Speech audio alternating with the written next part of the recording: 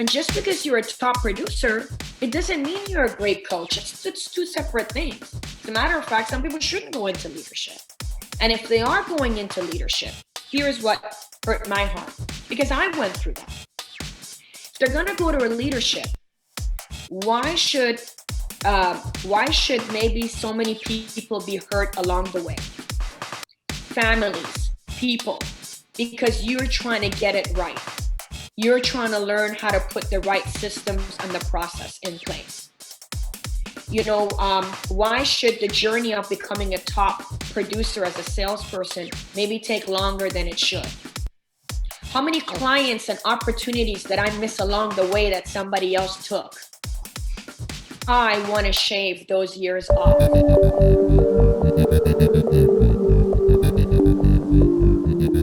Okay, welcome back everybody to another episode of Vision Builders, the show about freedom, what it is, what it takes to create it, share it, and the age-old practice of leveraging other people's hindsight to bring clarity to our own developing stories. And today with me on the call, by the way, I'm your host, Chu Oparah, and I'm really excited to bring to you a person that I admire. I think respect goes hand in hand with that.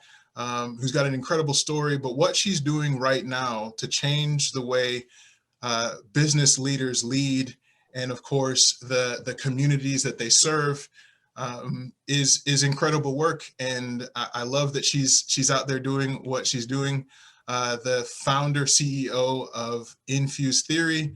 Just want you to welcome Maryam Habashi. Thank you so much. Yeah, welcome to Vision Builders.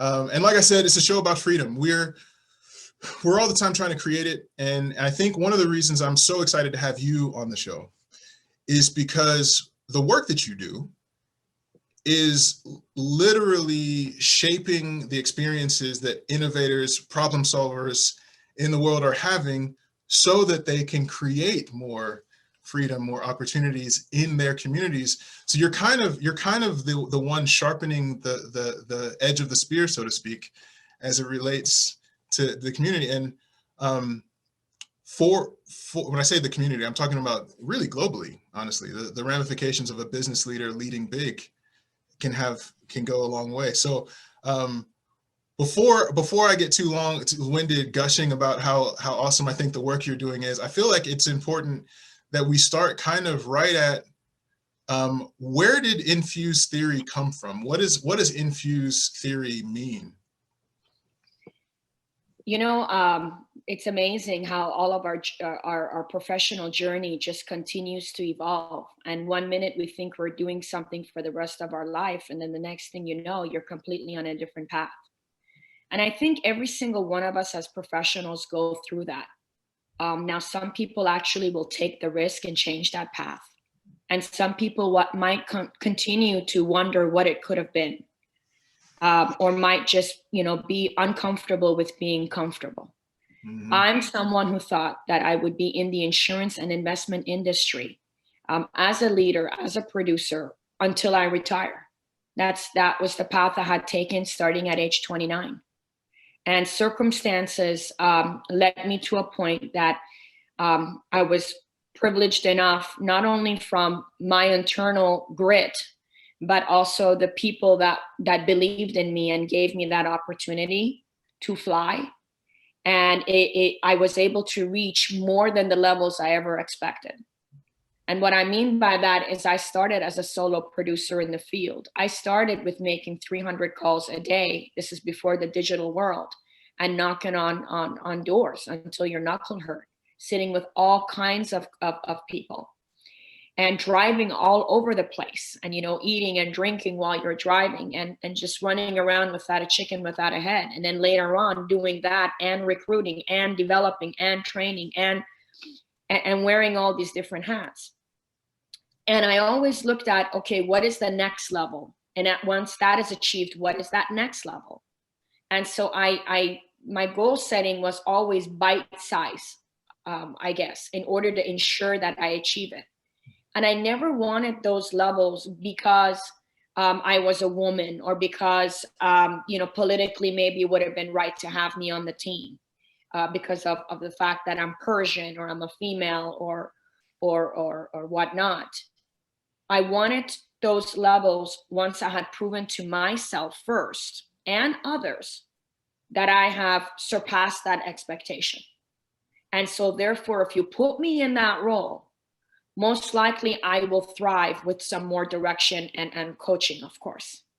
Mm-hmm. And so I wasn't title driven, I was impact driven / earning that title. And impact driven was my focus, truly helping people. But here naturally I look at everything as a potential problem to be solved, or something that we're great or good. How can we make it great?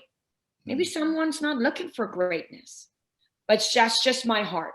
And people who work with me know that once I'm by your side, I am your number one fan. And I want to do whatever I can to help you achieve whatever those personal, professional, and financial goals are. So money was never my number one driver, but I was smart enough to put myself in roles where there is income potential, substantial income potential. If I'm going to put in 10, 12-hour days, if I'm going to lead with heart and energy from the time I wake up every morning, then there should be income potential. And this eventually, after 15 years, led to me being the first female regional director for a publicly driven company, Bankers Life, after 134 years. And I am so grateful to these men that believed in me and gave me that opportunity more than they'll ever know, which has shaped a lot of who I am today and what I bring to the platform with Infused Theory, which is a business coaching development platform. And how did that come about? It came about because once I had reached those levels, I said, now what's next? And what was next was no longer satisfying to me. Financially, oh yeah, it probably will be more than what I'm gonna make an Infused Theory right now. Financially, yes. But personally, for my soul, no. I wanted to learn more than the insurance industry. So I wanted to learn from others in different industries. And I again saw this, and I'm going with heart here, I saw this like global problem. And the global problem is, back when I'm 46, so back when I was in my 20s and my 30s, you didn't have people saying, I'm going to be an entrepreneur, I'm going to open up my own company, I'm going to, everybody got a degree and was told what they were worth. And they were told what they were worth based on their age, based on their degree, based on their experience. And you just had to slowly, like a turtle, work your way up. And then there were these innovators that made it big, but very small percentage. Everyone fell into this factory-like professional journey. But today, most people are like, don't give me a base, put me on commission. Give me a ceilingless opportunity. I'm not coming to work at 7. I want to work whenever I work best. Maybe I'm a night owl. Maybe I'm a morning person. I want flexibility. I want, a ceilingless opportunity. And then education is being questioned, right? I mean, I'm a teacher. My master's is in education. And I'm a mother of 3. And education now is being questioned. Do we really need that degree? Is that degree really going to help me be successful? So with everything that's happening in today's world, which I think is only even going to get more amplified, people are jumping into 100% commission business, and they're extremely impatient, especially the younger generation. I want it now. I want to be a CEO now. Or people in the sales industry are finding all these different ways to sell a product, regardless of what product it is, what service it is. And it still is a fact that your manager or whoever gets promoted to leadership was your glorified agent, was your top producer. And just because you're a top producer, it doesn't mean you're a great coach. It's 2 separate things. As a matter of fact, some people shouldn't go into leadership. And if they are going into leadership, here's what hurt my heart, because I went through that. If they're going to go to a leadership, why should maybe so many people be hurt along the way? families, people, because you're trying to get it right. You're trying to learn how to put the right systems and the process in place. Why should the journey of becoming a top producer as a salesperson maybe take longer than it should? How many clients and opportunities that I miss along the way that somebody else took? I want to shave those years off. I want to help people master being the strongest they can be in sales or leadership, regardless of the level, because I've played every role from entry level to CEO president. And they can take what they like from what I coach, my coaching platform brings. They can also maybe learn what not to do. But I know that by having the right business development coach, especially at another problem, at a time where everyone and their mother is becoming a coach. They've never walked the walk. They've never talked the talk. They've never led big teams. They've never made consistently six-figure income. They went and got some certificate, and then now they want to impact lives. But they're such smooth talkers. They're so nice that people are putting money, burning money, and not getting the result that they want. I'm passionate about helping with all this, even knowing that I walked away from making more income than any woman actually I've met so far, most women and most men, and respect and impact of over 650 people in my region. Walking away from that to build something from scratch because I'm determined for what I call this to be my greater purpose and the people who I'm excited to have along the journey. That was a mouthful. You said a ton right there. And I want the listeners who to know you're listening to a sincere person, a person when she talks about caring about people, you're getting to see this moment right now. But I've spent not a small amount of time with Maryam and in fact working on her platform. We'll talk a little bit more about that later. And this idea of collapsing timeframes for people so that they don't have to wound the people they care about while they're trying to figure it out, or they don't have to have some dream that they were promised or some vision that they were sold take 6 years when it could happen in 6 months, right? Like, this idea is life-saving, right? Because I feel like everybody's kind of given an allotment, or everybody has at the outset of a dream or of a goal, an allotment of faith for it, or an allotment of hope for it. And when that hope gets extinguished because they didn't know what to do, that's something to grieve. And so for you to jump in, like, I don't think people know what type of money we're talking about when you talk about the insurance / financial services industry.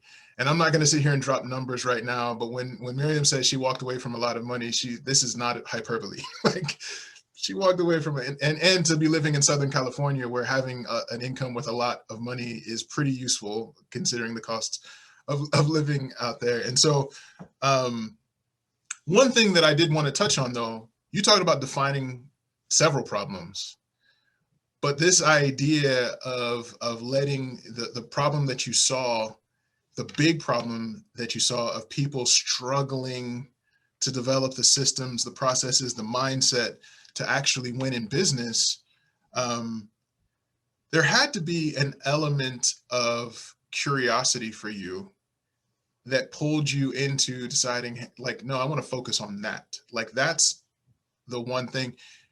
What is there something in your upbringing, in your childhood, your early adult development that helped you see that, do you think? Or it was just like one day you woke up and this download from heaven, you just were like, oh, I'm going to help people in that way? Like, what leads a person like you, who had the opportunities that you have, to give that up because it's so important for you to kind of solve this problem of time, of failing unnecessarily? What a great question. Hit home, made me reminisce about the past. I had a very tough childhood. And I had to make sure that my mom can lean on me at age 8, even younger, when she was having a rough time with her marriage back in Iran, especially during the Islamic regime when in 1983 we became overnight a Muslim country, when freedom was taken away. Having her dealing with her personal struggles and marital struggles, and having an amazing younger brother, even though I'm only 5 years older, I've always at that time felt like I need to shelter him and protect him. And if anything bad's going to happen, let it happen to me. Let me be his shield. And at time, let me be my mom's shield. And I thrive in protecting people, in helping people. I have very, very high expectations of myself. And so unfortunately, I have high expectations on others. And in my younger years, there was a lot of disappointment with that. And as a leader, I learned you cannot want success more for someone else than they want it for themselves. Yeah. So that's why I think I became a teacher. That's why I think, in every role that I played, I've been working since I was 15 and a half. I always strive to be in some leadership role so that I can teach someone how to do it and not make the mistakes I did to get there. That's just been who I've been since I was a kid. Mm. And then on top of that, very fearless, very courageous. Maybe it's because I've been through a lot. Maybe it's because that mindset that my mom always says, worry about something, cry about something, or worry about something that you cannot fix. If you can fix it, then don't have analysis paralysis. Don't overthink it and just go forward, and it will come and it will unfold. And that journey will lead you to other people and these links that eventually will become a chain. Mm-hmm. And in the insurance investment industry, 6 months in, I moved into entry-level management. At that time, I was 30. Whoa.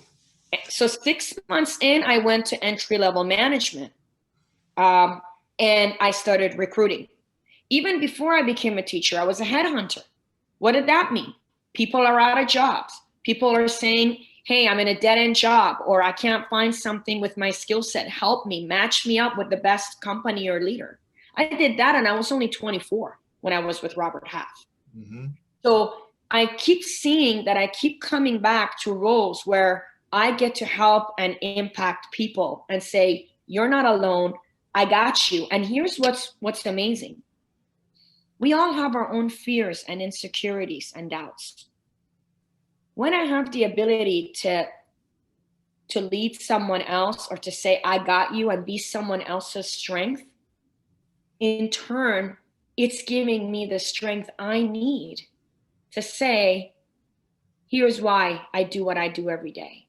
And don't give up and keep pushing forward. Like, that energy is feeding me, my soul, to do what I can do every day. I think without that, I would be broken. And so insurance, everything I do in Infused Theory, I did in insurance. I developed salespeople and I developed leaders. Now I just get to do it for every industry. Yeah, that's pretty powerful. So what you've done is, like, you've kind of found the unicorn in the forest in a way. What I mean by that is you have done a lot of things that exposed for you your deep thing, right? Like this, your why was an evident through line throughout your life. Unfortunately, most of us, we have to look through the rearview mirror to find it. But you had this opportunity as a teacher, even as a big sister and a daughter. Like, you've always wanted to protect people from the experiences that you yourself were fielding, right? And that is kind of an incredible thing. Like, and even in your teaching and in the work that you do, this idea of having a strong why, it's pretty foundational to everything else that is built on top of that is understand why you're doing what you're doing. Because and I think you probably could speak to that a little bit. It's like, why in your programming is that so critically one of the first two things that people do? Is that by design, or is that just one of the easier things to do? Like, help us with that. You cannot help people find value in themselves if you don't see value within yourself. Well, yeah. In order to be able to put up with everyday challenges in business, it's like sometimes you take care of one thing and something else happens. It's like, what's next, right? We know that. You have to be strong. You can't be in sales or in a leadership role or be an entrepreneur and not have thick skin. If you're this sensitive individual, you're in the wrong business.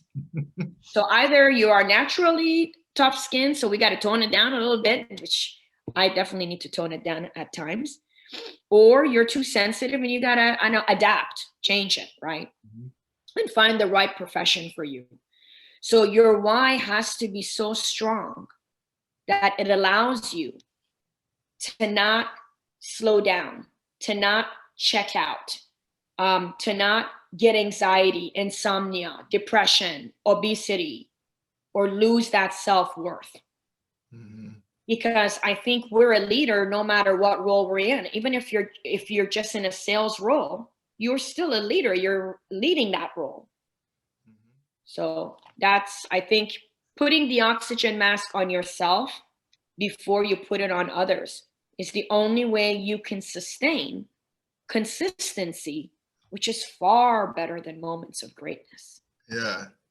Well, that's how you build a life. You start to build some credibility with yourself, right? Like, and it does. It starts with knowing why. And in fact, I had been in business for a little while when I met you, and yet in the time that I spent working with you, I was able to clarify some things about why I do what I do in a way that were pretty important, right? In terms of defining not just why I do what I do, because I feel like I kind of knew that, but in putting it in a set of terms that allowed me to also then cast a vision for where we're going, which has completely changed the game in the way that people respond to me. Is because now and I think it's not like I walk around telling people my why, or telling people, about what I dream about, pray about when I think of my kids or my wife, right? Like, that's not what I lead with. But having that clarified and so solid certainly creates the opportunity for me to cast a clearer vision out into the future. And I feel like I've often believed this, but now I have one more moment in time to say, well, that's clearly true. When I have more clarity with my why and what's important to me, then when I communicate my mission, it also comes out much more clearly. And I think for entrepreneurs, they need to catch that, right? Like, this idea of, if there's mud in your why, if there's haze in your reason, then no matter how good an idea you have, you're going to struggle to communicate. There's going to be mud in the communication, right, of your mission. And when you work as an entrepreneur, that's what you're doing, is you're sharing, you're communicating your solutions, the problems that you have to solve with the world. And for that reason, I feel like it's so important that people understand their why. Now, by the way, reading all the books, right? Reading all, the books I'm talking about, right? Like the Brian Tracy books, the Jim Collins books, the Napoleon Hill books. Yeah, all of the John Max. Oh gosh, yeah, like, there's a lot of those. There's something that is awesome about that, but I can, for one, can attest that reading books is better than not doing anything. But when it comes to putting systems in practice, having a human with a heartbeat and a mind who's been where you want to go and wants to show you how to get there, is of immense value. One of the things that I feel like you talked about a little bit in this idea of actually pairing up with people so that you can win. This is something it's been a theme throughout, right? Of everything that you've done. Like, if you don't know, somebody does, and shame on you if you're not going to connect yourself with somebody who can help you. And not, you've never actually said shame on you if about really anything that I can think of. If you have, you hadn't said it to me. So, No, but you know what I mean? Like, there is, at what point did you figure out that mentorship, I mean, you talk about it in a lot of your other interviews too, this idea of mentorship. Like, when did it occur to you that this is the one through line? This is the one thing that you can't go without if you want to get to another level? Was there a moment in time, or was it just kind of a gradual revelation for you? my God, I love your questions. They're deep. I love it. I really do. And I'm like thinking about things I want to say as I'm listening to you. And then you give me this curveball question and I'm like, whoa.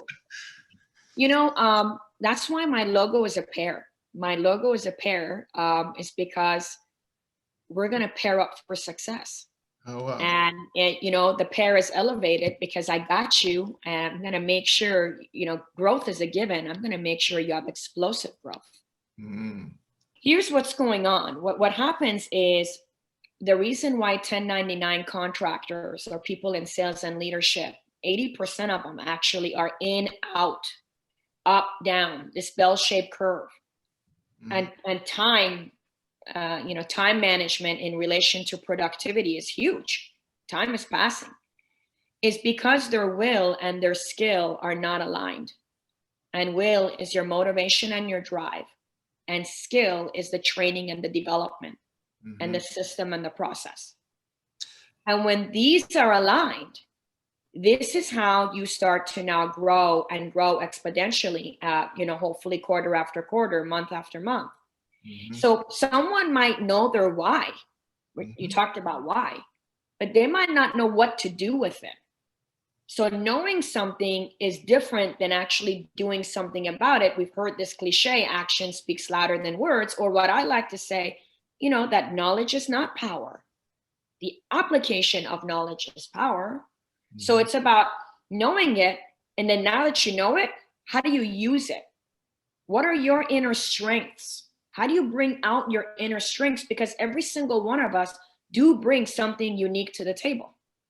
And at the same token, what is hurting you? What should you watch out for? What could get in your way? Mm-hmm. And being aware of that, knowing how to control that before someone controls it for you. Yeah. So I am not your accountability coach. How many dials did you make? How many calls did you make? How many did you close? Not your babysitter.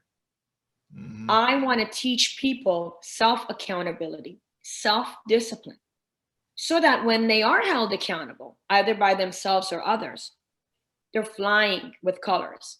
And they're the model of best practices. Well, let's talk about someone like you, right? You're not 20. You've been around the block. You've had different careers. Awesome history with you. All true. You're a hardworking man. You're a father of two, a beautiful wife that I haven't met yet. And here you took the chance of working with me, and we've been working together for over 12 weeks. Mm-hmm. And you're a solid guy. You were self-disciplined, but working together, you saw how your people perceive things different than you, and what kind of systems and process they need individually in order to bring out the best in them. And what kind of I think, we talk about this, that accountability without a relationship is harassment. What kind of accountability and relationship can we create? Mm-hmm. So we're not too hard, we're not too soft, we're not leading by fear, and people want to follow this vision, and we're creating loyalty along the way, and the power of one, that together we are way more stronger than we are individually. Mm-hmm. And I feel that I am stronger with the people that I get to coach as a team than if I was this one woman band. So I want to put that out there, and maybe you can talk about, what this coaching has done for you, and what are you excited about within that journey. But before you answer that, I remember your question now. It was, what at what point did you believe that mentorship and coaching was important, and therefore now you making it an official business? Because from early on, personally, I've always tried to surround myself with people that were more solid and were more impactful, um, and did better than me. I was attracted to my husband at age 19 because he was so focused academically, and he was so focused as to what he wanted to do professionally. Where at that time in high school, I did play around. Okay. So that attracted to me, and it made me be a 4.0 college student. Or when I met his parents, and they were this amazing couple that have been married for over 50 years, and the way they communicated with each other and how healthy that was. I wanted that kind of marriage. So I learned, how can I be a better wife? Or when I learned things that my mother has done, or the things she did right. We talked about this on our last coaching session, right? Maya Angelou said, had I known better, I would do better. She did the best that she can. But I learned, how can I be the best mom? I'm always trying to position myself personally and professionally. Till this day, I have a coach. How can I be better? How can I be better? How can I improve? Because you are take your 5 closest friends, and you are the average of those people. Or the people, I don't believe in the blind leading the blind. You're working in a company, you're struggling, or you're new, and that's who you're hanging around with. So you're the average of the 5. Personally and professionally, what does that 5 look like? Sit down and think about that. And if you might be in the wrong room, if you're the smartest person in the room, you're in the wrong room. That's fair. And it's something you just said too about the averages of the people that you're around. Like, whenever somebody says this, I want to make sure that we make the statement, like, this is not necessarily a call to jettison anyone that you don't, think is better than you, right? Because I think that we all have a role to play in helping someone else, right? I think what you're saying essentially is upgrading relationships. And one thing I will say about your coaching platform that I think is unique, or at least mostly unique, is that it's not just processes and systems. It's also that other element of mastermind, right? Because you've got the entrepreneurs from disparate backgrounds who are leveraging essentially the same tools, and then coming back around and essentially testing the mettle of those tools in real time. And so one of the things that experience does for you is it gives you confidence about your beliefs, or it destroys your beliefs and makes you make some new ones. Yeah. So one of the beautiful things about the way you have your system set up is that in real time, I am, testing ideas or my own interpretations of like the work items that we've been given in the context of other people who are also in business. And they're giving, in fact, what I have this very fond memory of a time that I created something that you didn't necessarily ask us to create, but it was just something that came to me, and I shared it with the group. And the group lovingly, but also honestly, were like, yeah, I wouldn't do that. Or I like this part, but this thing could create a log jam and this, and for this reason. And there's people from different backgrounds. And I left there realizing that if this was in the wrong context, I might not have taken that so well. But in that context, I left feeling like I was 10 feet tall, because in the context of a mastermind, I'm like, well, I mean, real talk, these are people who are in some ways further down the road than I am, maybe some not so much, but like, we're all headed in the same direction. We're all looking at the same stuff. Yeah. There's a unity there in terms of process, but yet there is a diversity in experience. Like, when you kind of try to put your finger on the value of that, like, I don't even know. Like, I don't know how deep the rabbit hole of value goes, because only time will tell. But internally, I've been able to upgrade my associations in real time. Not just, I mean, you're amazing, but it's not just you, right? So Honestly, whoever knows you knows you're so amazing. I mean, every week that I see you get on these calls, I get energy. And it's like, I know the program you're signed in for is like 4.5 months, but like, I don't want it to end, because I well, feel like, I love every single one of my students, and some of my clients are just, I think, make me a better person. And you're one of those for me.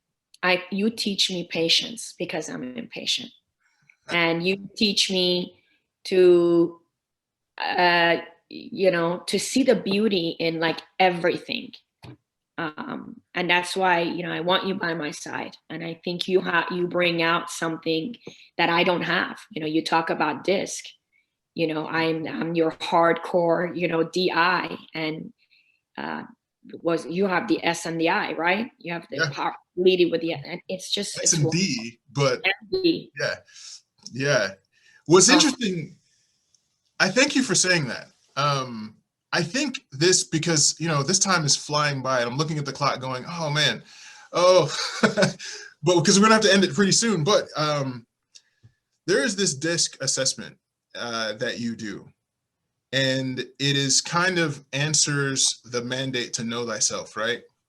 But while getting to know yourself, understand how yourself can better connect with others. Um, and I've done a lot of, the Myers-Briggs test, or the Gallup poll, now discover your strengths test, and I can't remember the one, Enneagram, like all these different things.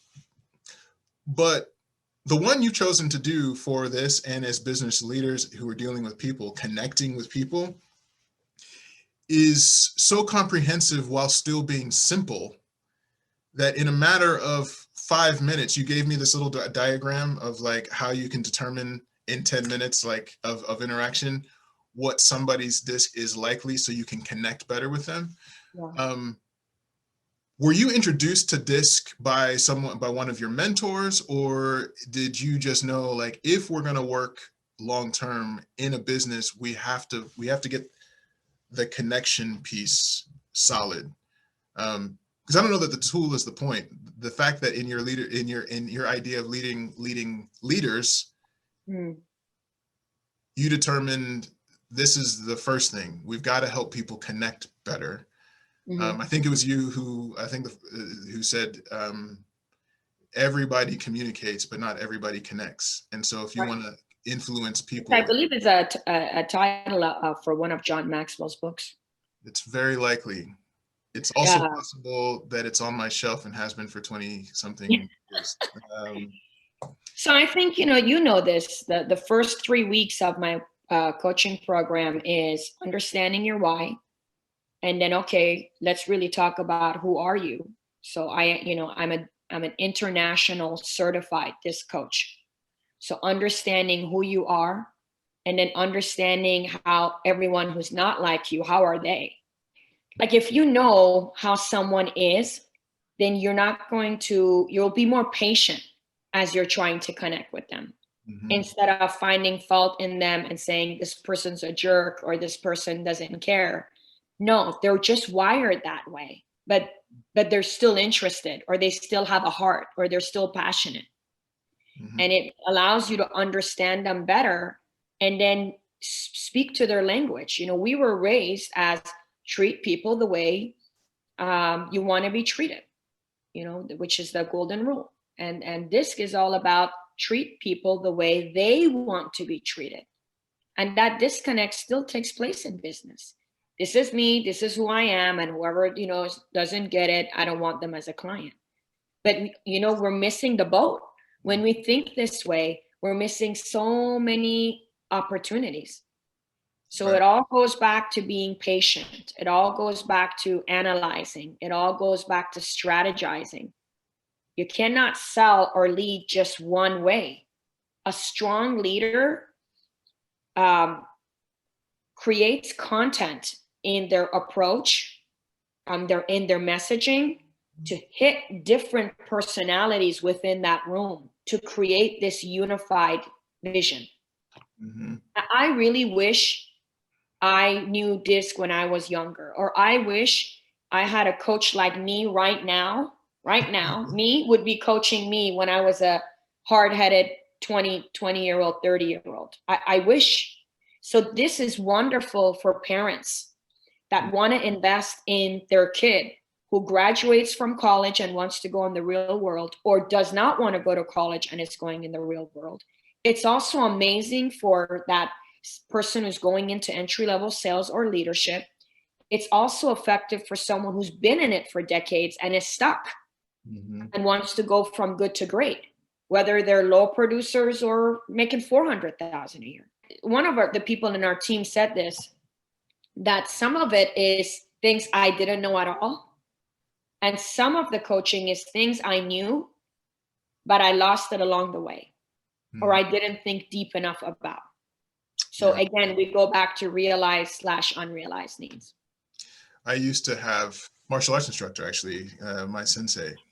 He used to say, I've been in this for so long, I've probably forgotten more than I've taught you, is what he said. And he used to say it as a joke, but as I got older, I remember thinking about that and considering that could be a good thing because it means that you're purging all the stuff that you don't need, or it could be a tragedy because there's all these things that could be serving you that you've just kind of let go because for whatever reason.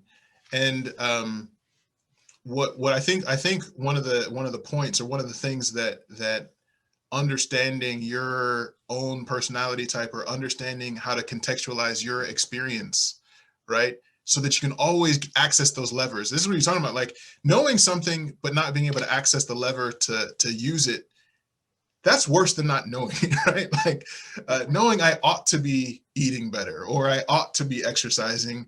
That's awful to be carrying that around and also not have the level of health that you want. And so I feel like it's really important to make sure that in our schedules or in our time that we're contextualizing our experiences and the things that we know, so that we can always access the things that serve us, always access the levers that we can pull.